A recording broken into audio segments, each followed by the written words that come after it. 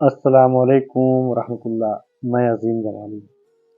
दोस्तों, मैं आज जो वीडियो बना रहा हूँ, जिस वीडियो में आपको मैं समझाने वाला नहीं हूँ, ना मैं आपको कुछ इन्फॉर्मेशन देने वाला हूँ।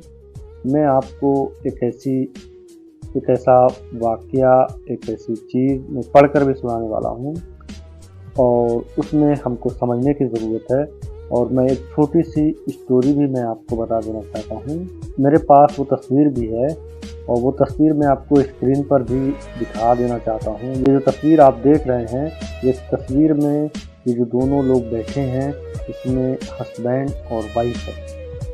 वाइफ़ की शक्ल को आपको देखने के बाद आपको क्या समझ में आता है? मैं वहाँ टोटल पूरा रिएक्शन अपनी आँखों से देखा मैंने। ये एक हॉस्पिटल है। इस हॉस्पिटल में ज़्यादातर लोग जो है, जो उनके मेंटली जो बीमारी है उससे रिलेटेड लोग आते हैं दिखाने के लिए। मुझे ऐसा लगता था कि ये जो औरत है, ये जो महिला है, इसको भी कुछ तकलीफ़ है, इसको भी कुछ तकलीफ़ है। मुझे उसके रिएक्शन से मुझे ऐसा समझ में आ रहा था।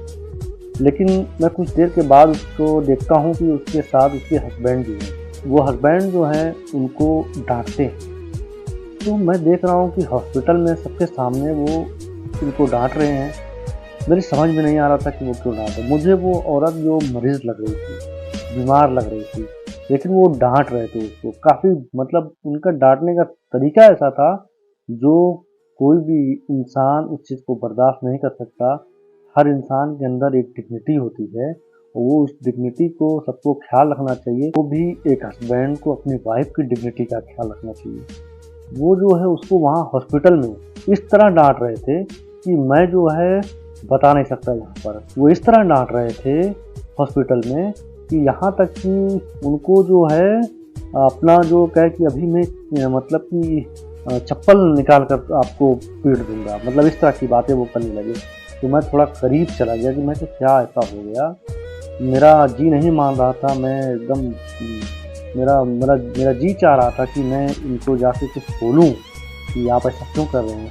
लेकिन वो सारी चीज़ों को देखने के बाद मुझको पता चलता है कि ये जो डाँट रहे हैं, ये वाइफ़ इनकी जो डॉक्टर का पर्चा था, वो घर पे भूल गई है। लेकिन वो डाँटते जा रहे थे।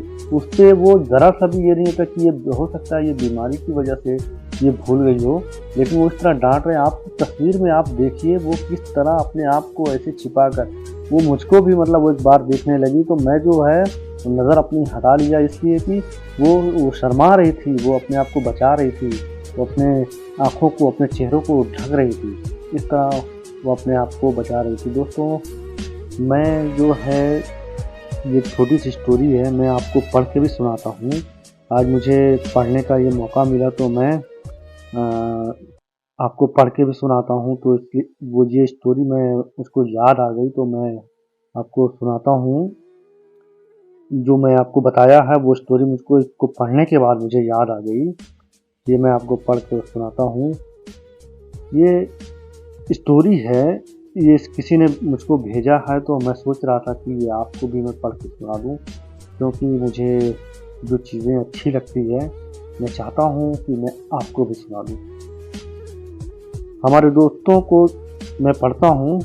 हमारे दोस्तों के ग्रुप में वो भी बहुत चहकती, महकती और खुश मिजाज थी। फुर्सत मिलने पर हम मिलते मिलाते अच्छा वक्त गुजारते। लेकिन कुछ महीने, कुछ हफ्ते ऐसे आते कि वो ज़्यादा मिल नहीं पाती। सलाम दुआ के अलावा टाल जाती। फिर अपने घर पर कम ही बुलाती। ये इम्प्रेशन बन गया कि ये बड़ी मनमौजी है, जब चाहे मिल ली, जब चाहे अपनी दुनिया में मगन। सामने सब उनसे अच्छी तरह मिलते, लेकिन अकेले में एक दूसरे से ये शिकवा कर ही देते। एक दफ़ा जब मुझे मिली तो मुझे अलहदा से बताने लगी कि सब अहबाब की खफगी जानती हूँ, लेकिन मसला ये है कि मैं सबसे शेयर नहीं कर सकती। मेरे शौहर डिप्रेशन के मरीज़ हैं, बाकायदा काउंसलिंग सेशन लेते हैं, लेकिन साल में कुछ हफ्ते उनके ऊपर यह फेज़ आता है जब वह बिल्कुल किसी से मिलते जुलते नहीं, और इसीलिए हम घर वाले भी फिर कुछ महदूद हो जाते हैं। मेरे शौहर वैसे बहुत सोशल और वसी हल्का अहबाब रखते हैं, लेकिन आपको पता है ना, अगर बाप के डिप्रेशन का मरीज होने का पता किसी और को चला तो आगे हमारी बेटों की शादियों के भी मसाइल होंगे। फिर ऐसे इंसान को कमज़ोर सा समझा जाता है, इसलिए वो भी नहीं चाहते किसी को पता चले।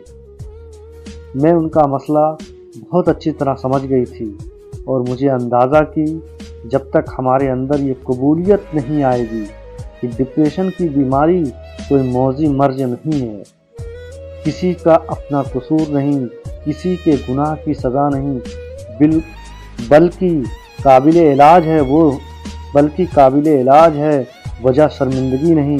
उस वक्त तक लोग अपने मसाइल को छिपाते रहेंगे और पीछे लोग बातें बनाते रहेंगे। मैंने जब ये पढ़ा तो मुझे उस औरत के बारे में याद आ गया।